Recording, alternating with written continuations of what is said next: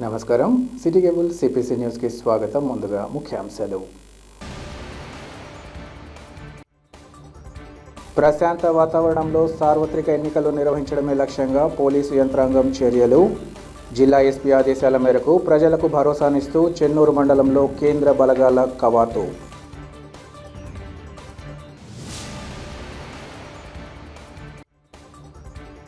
జిల్లా వ్యాప్తంగా ప్రశాంతంగా ప్రారంభమైన 10వ తరగతి పబ్లిక్ పరీక్షలు.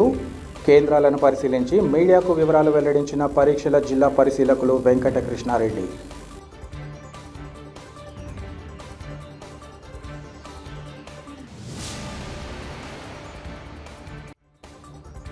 రాబోయే ఎన్నికల తరువాత ప్రస్తుత ముఖ్యమంత్రి వైఎస్ జగన్మోహన్ రెడ్డి మరోమారు ముఖ్యమంత్రిగా ప్రమాణ స్వీకారం చేయడం తథ్యం. వైఎస్ఆర్సీపీ కువైట్ నూతన కమిటీ పరిచయ కార్యక్రమంలో గల్ఫ్ కువైట్ కన్వీనర్ల వెల్లడి. 10వ తరగతి పబ్లిక్ పరీక్షలు ఈరోజు జిల్లా వ్యాప్తంగా ప్రశాంతంగా ప్రారంభమయ్యాయి. విద్యార్థులంతా ఉదయం 8:30 గంటల నుంచే తల్లిదండ్రులతో కలిసి పరీక్షా కేంద్రాలకు చేరుకోగా వారిని సిబ్బంది క్షుణ్ణంగా తనిఖీలు చేసి పరీక్ష హాల్లోకి అనుమతించారు. పరీక్ష కేంద్రాలలో విద్యార్థులకు అవసరమైన అన్ని రకాల వసతులు అధికారులు కల్పించారు. తాగునీరు, పరీక్ష గదుల్లో లైటింగ్తో పాటు డెస్కులు, మెడికల్ సామాగ్రిని విద్యార్థులకు అందుబాటులో ఉంచారు. ప్రతి పరీక్షా కేంద్రంలో పగడ్బందీగా పరీక్షల నిర్వహణకు అవసరమైన సిబ్బందితో పాటు ఆయా కేంద్రాలలో సిట్టింగ్ స్క్వాడ్లను నియమించారు. వీరితో పాటు చీఫ్ డిపార్ట్మెంటల్ అధికారులు పరీక్షలను పర్యవేక్షించారు. కడపలోని డీఈఓ కార్యాలయంలో 24 గంటలు పనిచేసేలా కంట్రోల్ రూమ్ను ఏర్పాటు చేశారు. ఈ సందర్భంగా పరీక్షల జిల్లా పరిశీలకులు వెంకటకృష్ణారెడ్డి మాట్లాడుతూ ఈ మారు 27,868 మంది 10వ తరగతి విద్యార్థుల కోసం జిల్లా వ్యాప్తంగా 153 పరీక్షా కేంద్రాలను ఏర్పాటు చేశామన్నారు. పరీక్షల నిర్వహణకు 153 మంది చొప్పున చీఫ్ సూపరింటెండెంట్లు, డిపార్ట్మెంట్ ఆఫీసర్లు, 1300 మంది ఇన్విజిలేటర్లను నియమించినట్లు ఆయన తెలిపారు. అన్ని పరీక్షా కేంద్రాల పరిధిలో 144 సెక్షన్ ప్రకటించడంతో పాటు పటిష్ట పోలీస్ బందోబస్తును ఏర్పాటు చేసినట్లు ఆయన వివరించారు. మొత్తం మీద 10వ తరగతి పరీక్షల్లో భాగంగా తొలి రోజు పరీక్ష ప్రశాంతంగా శాంతియుత వాతావరణంలో ముగిసింది.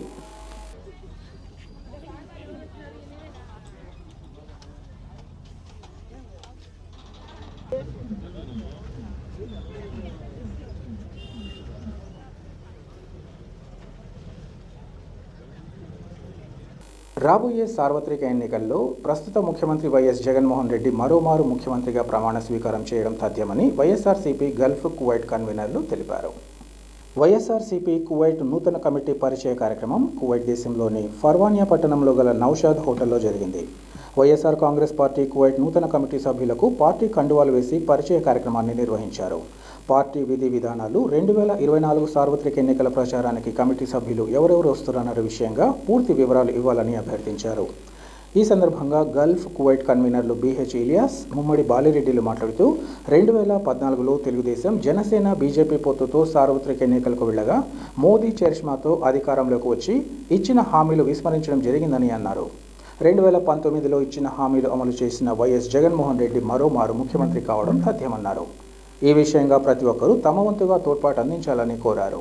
అనంతరం Gulf co convener Govind Nagaraju, Gulf సలహాదారు Nayani Mahesh Reddy, YSRCP Kuwait co convener Ramana Yadav, Marri Kalyan, governing council సభ్యుడు షేక్ గఫార్ దిశానిర్దేశం చేశారు. ఈ కార్యక్రమంలో వైఎస్ఆర్సీపీ గల్ఫ్ ప్రతినిధులు, నూతన కువైట్ కమిటీ సభ్యులు, ఇంకా వైఎస్ కుటుంబ అభిమానులు భారీ సంఖ్యలో పాల్గొన్నారు. జగన్మోహన్ రెడ్డి గారిని ముఖ్యమంత్రి చేసుకోవాలని సిద్ధమా?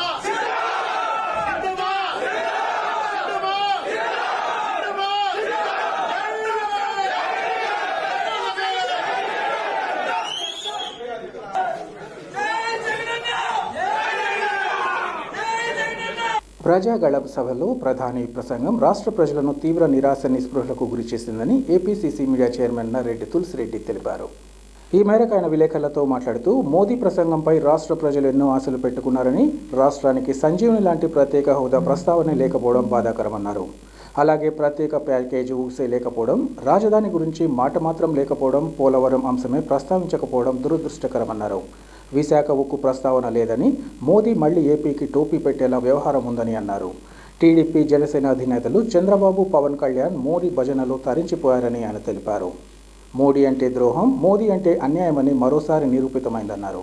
రాష్ట్రం అభివృద్ధి చెందాలంటే ఒక్క కాంగ్రెస్తోనే సాధ్యమని ఈ సందర్భంగా చెప్పారు. కాంగ్రెస్ అధికారంలోకి వస్తే 6 సూత్రాల కార్యక్రమం అమలు చేసి రాష్ట్రాన్ని అభివృద్ధి పదంలో పయనింపచేస్తామని ఆయన వివరించారు. నిన్న చిలకలూరిపేటలో ప్రజాగలం సభలో ప్రధాని నరేంద్ర మోడీ గారి ప్రసంగం రాష్ట్ర ప్రజానీకాన్ని తీవ్ర నిరాశ నిస్పృహలకు గురిచేసింది. రాష్ట్రానికి సంజీవని లాంటి ప్రత్యేక హోదా ప్రస్తావనే లేదు. రాయలసీమకు ఉత్తరాంధ్రకు బుందేల్ఖండ్ తరహా స్పెషల్ డెవలప్మెంట్ మాటే లేదు.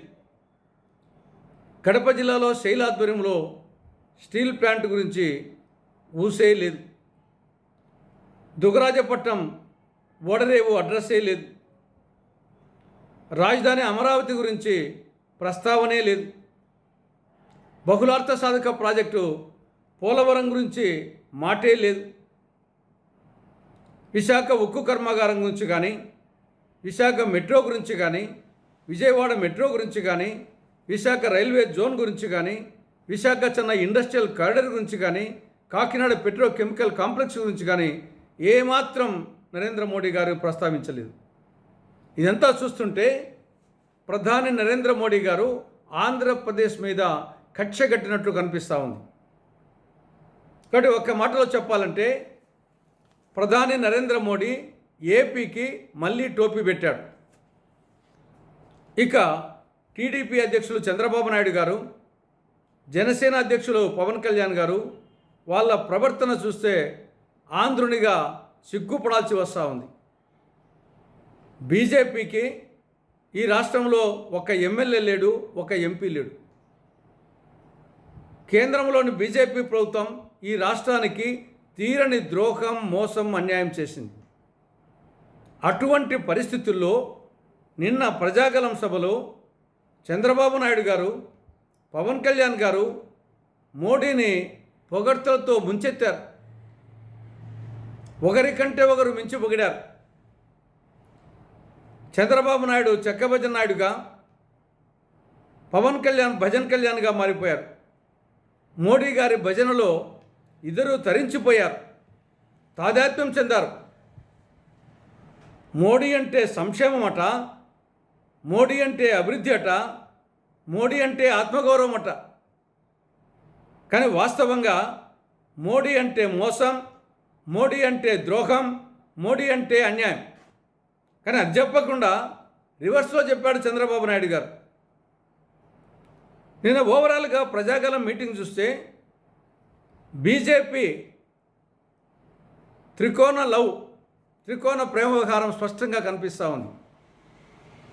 జగన్ గురించి పల్లెత్తు మాటం లేదు. అటు టీడీపీ జనసేనతో డ్యూయట్ పాడుతోంది, అటు పరోక్షంగా వైకాపా పార్టీతో జగన్తో డ్యూయట్ పాడుతూ ఉంది బీజేపీ. కాబట్టి ఒకటేమో పరోక్ష పొత్తు, టీడీపీ జనసేనదేమో ప్రత్యక్ష పొత్తు. ఇది నిన్న స్పష్టంగా తెలిసిపోయింది.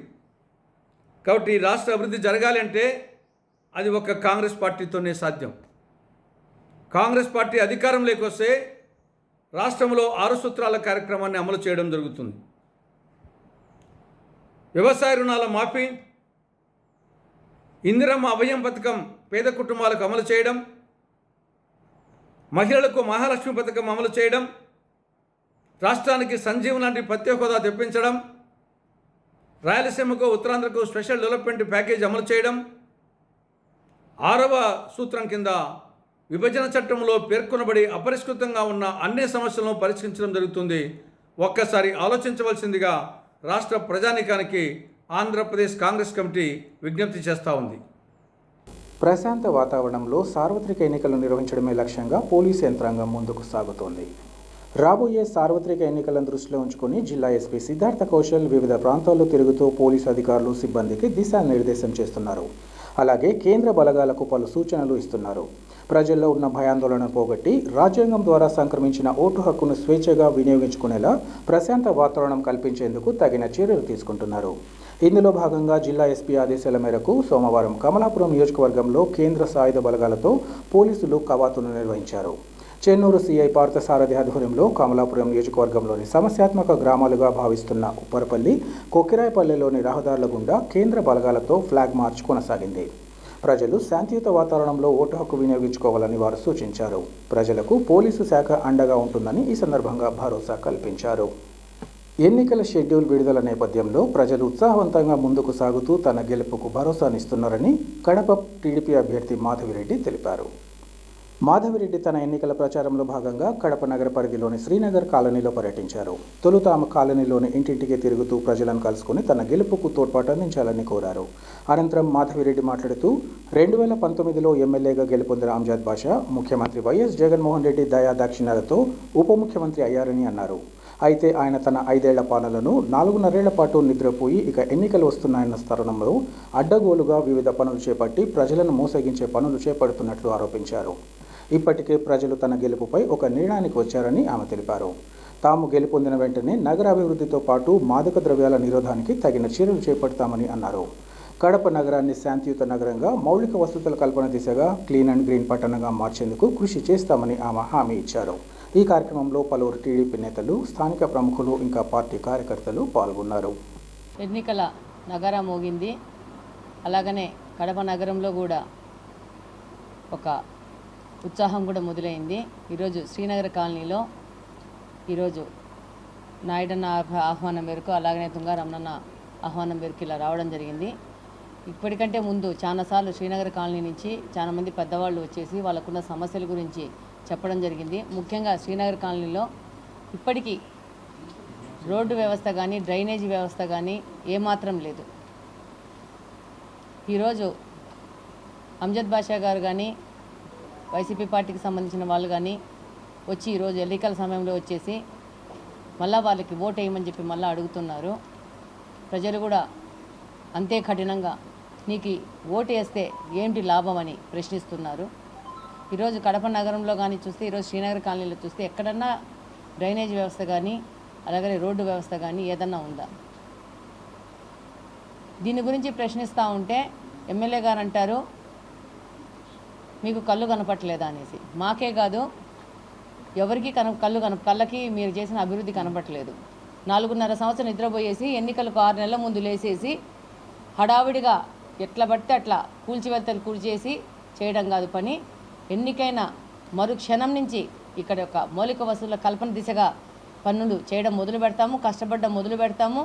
ఈరోజు కడప నగరంలో ముఖ్యంగా డ్రైనేజీ వ్యవస్థ కానీ, రోడ్డు వ్యవస్థ కానీ, శాంతి భద్రతల సమస్య కానీ, అంతకంటే ముఖ్యంగా మాదక ద్రవ్యాలు, గాంజా, నషా వంటి వాటి మీద కూడా పోరాటం చేయాల్సిన అవసరం ఉంది. సొసైటీ పాడైపోతుంది అని ఈరోజు పెద్ద పెద్ద ఫ్యామిలీలోకి వెళ్తే కూడా ఆడోళ్ళు ఏడుస్తున్నారు, గాంజా వల్ల వాళ్ళ పిల్లలు ఎట్లా పాడైపోతున్నారని చెప్పేసి. ముఖ్యంగా దీని మీద కూడా పోరాటం జరుగుతుంది. దీన్ని ఎరాడికేట్ చేసే విధంగా జరుగుతుంది. ఒకవేళ పోలీసు వాళ్ళకి కంప్లైంట్ ఇస్తే కూడా పోలీసు వాళ్ళు రానేని గాంజాని కంట్రోల్ చేయలేని పరిస్థితిలో, కాలనీలోకి పోలేని పరిస్థితిలో ఉన్నారంటున్నారు. ఒకవేళ కంప్లైంట్ చేసినాక ఈ గాంజాకు సంబంధించిన గ్యాంగులు ఆ ఇండ్ల మీద దాడి చేస్తున్నారంటున్నారు. దీనన్నిటి మీద పోరాటం జరుగుతుంది. ఈ విధంగానే పనిచేస్తాము. ఈ యొక్క కడప నగరానికి మౌలిక వసతుల కల్పన దిశగా శాంతియుతమైన నగరంగా, క్లీన్ అండ్ గ్రీన్ పట్టణంగా తయారు చేయడమే మా లక్ష్యము. దృష్టి సారించి ఇవన్నీ లేకుండా ప్రశాంతంగా నగరం ఉండే విధంగా, ఒక అప్లిఫ్ట్ చేసే విధంగా పనిచేస్తామని తెలియజేస్తున్నాం. వార్తలు ముగించే ముందు ముఖ్యాంశాలు మరోసారి. ప్రశాంత వాతావరణంలో సార్వత్రిక ఎన్నికలు నిర్వహించడమే లక్ష్యంగా పోలీసు యంత్రాంగం చర్యలు. జిల్లా ఎస్పీ ఆదేశాల మేరకు ప్రజలకు భరోసానిస్తూ చెన్నూరు మండలంలో కేంద్ర బలగాల కవాతు.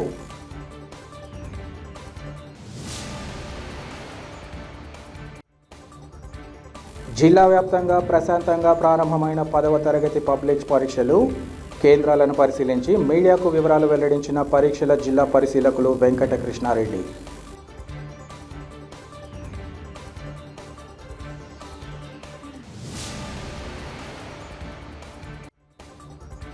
రాబోయే ఎన్నికల తర్వాత ప్రస్తుత ముఖ్యమంత్రి వైఎస్ జగన్మోహన్ రెడ్డి మరోమారు ముఖ్యమంత్రిగా ప్రమాణ స్వీకారం చేయడం తథ్యం. వైఎస్ఆర్సీపీ కువైట్ నూతన కమిటీ పరిచయ కార్యక్రమంలో గల్ఫ్ కువైట్ కన్వీనర్ల వెల్లడి. సిటీ కేబుల్ సిపిసి న్యూస్ ఇంతటితో సమాప్తం. నమస్కారం.